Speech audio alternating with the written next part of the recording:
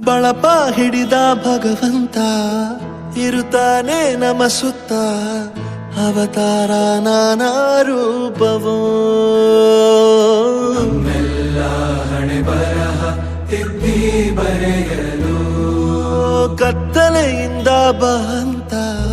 ನಮ್ಮ ಕೈಯ ಹಿಡಿಯುತ್ತ ಕರೆದೊಯ್ದ ಬೆಳಕು ತೋರಲು ದಯವಾಗಿ ಗದರೋದು ನಮ್ಮ ಬೆಳೆಸಲು